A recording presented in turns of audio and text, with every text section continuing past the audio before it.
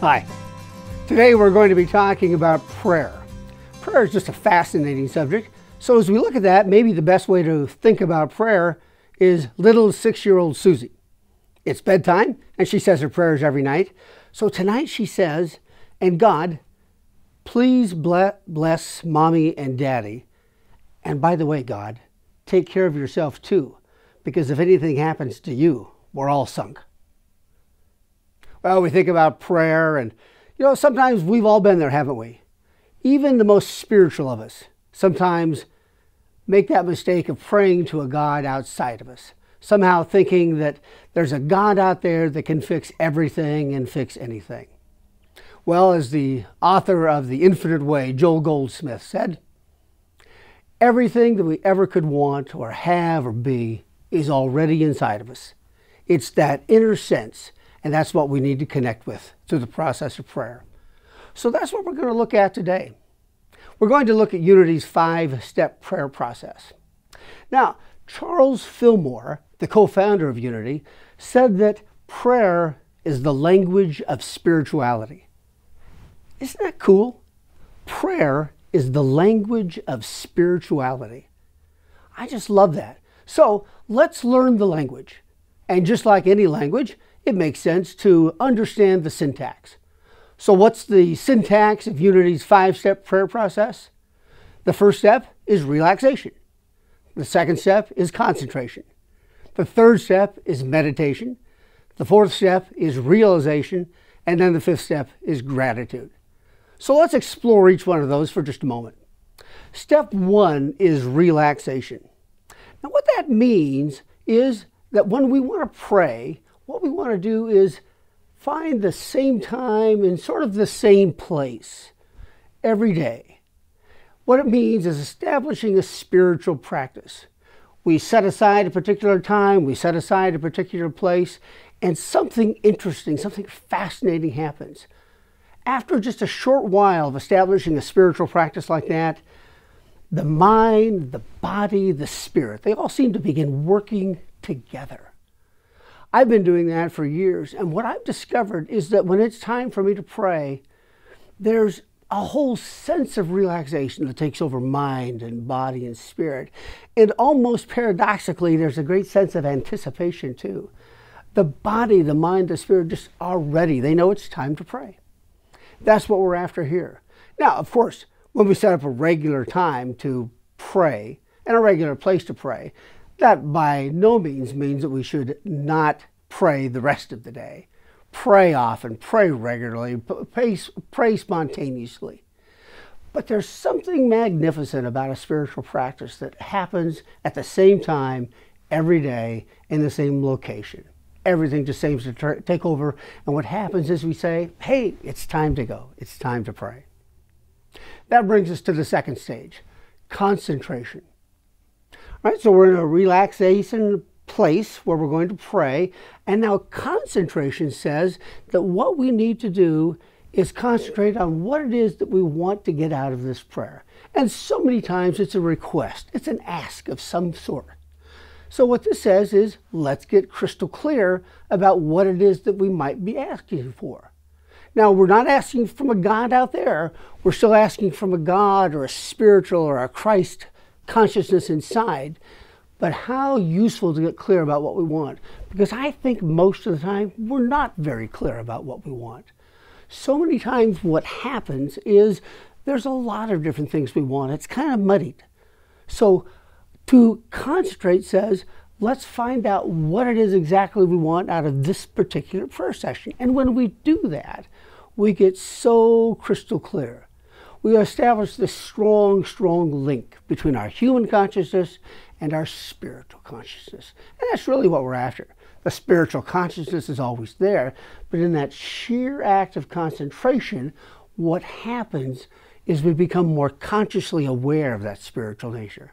So repeat that question or that ask again and again, and take it one step further. At some point when you're feeling pretty good about that, say it out loud, because that's the power of the spoken word. When we use the power of the spoken word, we have sort of a sense of vibration. We can feel it through our whole body. So that's the second step, concentration, determining what it is exactly that we want. Okay, and then we come to the third stage, realization. The third stage of meditation. So meditation is kind of interesting because it sets up a paradox of some kind. In concentration, what we've tried to do is become crystal clear about what it is that we want. But in meditation, the goal of meditation is to clear the mind. And so there's a piece of it that says, well, now wait a minute. We have just been making it very conscious about what it is we want, and now we're supposed to clear the mind and forget it? Absolutely. Because what happens when we've established what it is that we want, then it's time to sort of push it to the side and let the subconscious mind start working on it. That's the role of meditation, to get quiet and to clear the mind. And there's many, many ways to do meditation. Perhaps one of the most effective ways is to understand why you're in meditation. And of course, in this particular perspective, we're in meditation because it's part of the prayer process. So we want to clear the mind, we want to clear the consciousness so that what we can do is establish a deeper relationship with that sense of spirit and that sense of God. Now, when we do that, so many wonderful things happen. One of the things that happens is we move deeper and deeper and deeper into that sense of spirituality. Now, what helps that out, of course, is breathing. And so we always suggest in this meditation process to breathe in and to breathe out. And just to follow that process, to follow the breath, to breathe in and to breathe out with every breath, taking you deeper and deeper and deeper. When we do that, we just move so deeply that we begin establishing that clear channel between our human consciousness and our spiritual consciousness. I think what happens next is we breathe more deeply, as we move more deeply into that spiritual consciousness. I think what happens next is we find ourselves at the gateway to the silence. Now, what's the silence? The silence is that moment of time when we move into the deepest of spiritual connections, when it becomes crystal clear that what we're doing is we are communing with that Christ consciousness within, with that sense of God, with that sense of divine spark that's inside of us. So we rest there in the silence, and we stay there just as long as we want. 30 seconds, 30 minutes, 30 hours, whatever seems to float your boat. What is it that you want to do? How long do you want to be there? But at some point, there's going to come a time, going to come a stage when it says, all right, it's time to move on. And then it becomes time to move on to that fourth stage, realization. I think realization is one of the trickiest parts of Unity's 5-step prayer process. It's hard to know exactly what it means. Here's what it doesn't mean. When we realize something in the everyday common usage of the term, to realize something means to suddenly become aware of it. Oh, I realize that. That's not how Charles Fillmore meant it. And that's not what we mean when we use the word realization in the 5-step prayer process. To realize something means to realize it, to make it real. Well, how in the world do we take an idea and make it real? What we do is we employ the 5 senses.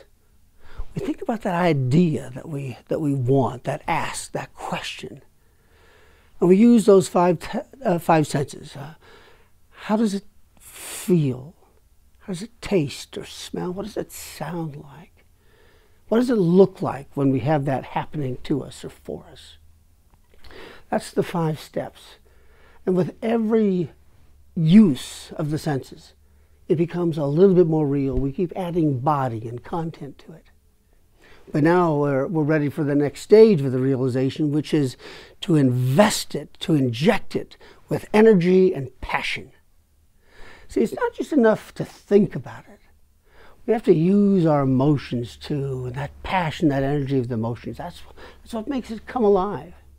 When we want to use Unity's 5-step prayer process, and when we're in that stage of realization, we want to think and feel. We want to use both of those. And when we use both of those, we are making it come more and more and more real. It brings us to an interesting concept, I think, and that's the concept of faith. This is the role of faith, is to say, can I believe it? Can I believe it before I see it? See, there's an important phrase that we want to use here, and that is that realization precedes manifestation. Realization precedes manifestation. We have to realize it. We have to see it and believe it before we can see it in demonstration.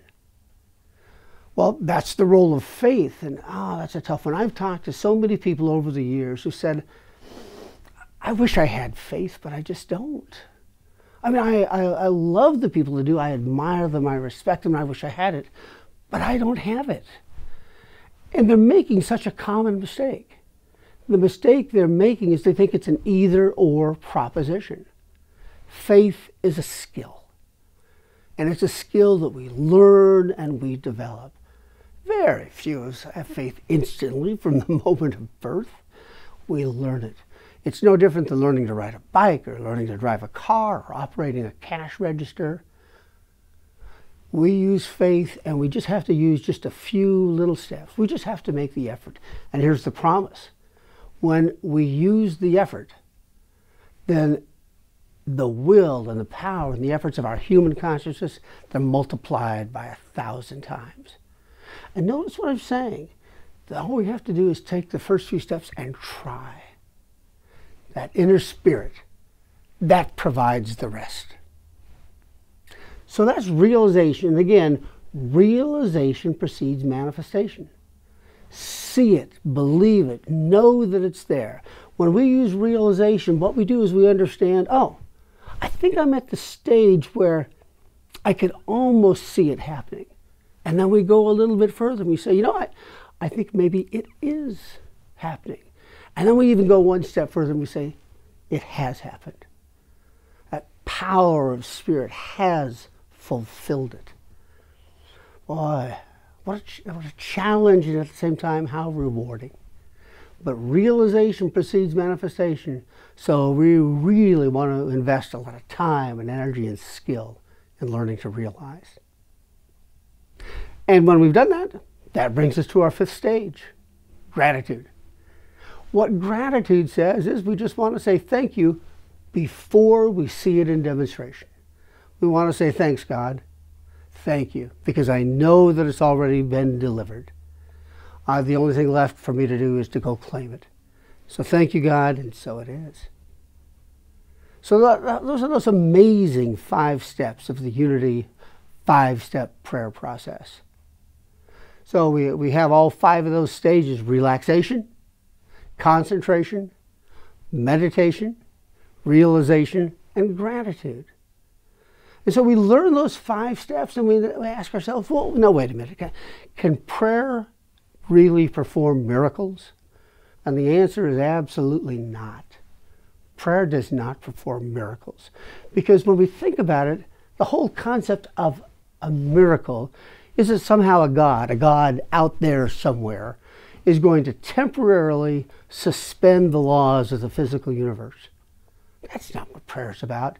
Prayer instead is about moving to deeper levels, deeper understandings of physical laws that already exist. And these are the laws that flow from divine mind. These are laws that what happens is, oh, I understand the truth of who and what I am. It's a law that digs behind the appearances. It digs behind facts and gives me the real truth that's out there. So that's what prayer is all about. So when we think about it from that standpoint, how should Susie have prayed? Well, maybe this is what Susie should have said. I can already see that Mommy and Daddy are blessed. And I'm grateful for that fact. And now I understand that nobody is ever sunk, because everybody's connected with that sense of spirituality and wholeness and oneness. And so I move ever closer to that. So thank you. I hope this has been useful for you to learn just a little bit more about Unity's 5-step prayer process today. Namaste. Hi, I am Evelyn Lowe Foreman. My home church is Unity of Portland, and I've been in Unity for about 10 years now. In 2004, I was actually on a little rock called Maui, and there I actually discovered Unity. It's Unity on Maui, and also there, of all places, I met my husband at Unity of Maui. And so we have this amazing spiritual support group on Maui that we call our ohana, our family. Our spiritual family is there. And since we've been married, which was, 9 years ago, we have traveled across the United States. And so we've had the privilege of not only being in a specific beautiful paradise area called Maui of Unity, we've moved to New York City, we've moved back to California, and then most recently in the Northwest at Unity of Portland. And now we are here at Unity Village, and what I find fascinating and amazing is that every place that we go, there are different people, but every place that we go, it's all the same people, because we are collectively the one power and one presence. And I can see the relationships just magnified and impacted by our philosophy, the way we think, the lens in which we come through. People in Unity have a common language to speak of. And so when we get together, it's a soulful, spiritual experience where we can share authentically who we are, what we're going through, how we can include and transcend what we're going through so that we can enrich each other's lives and to help make the world a better place.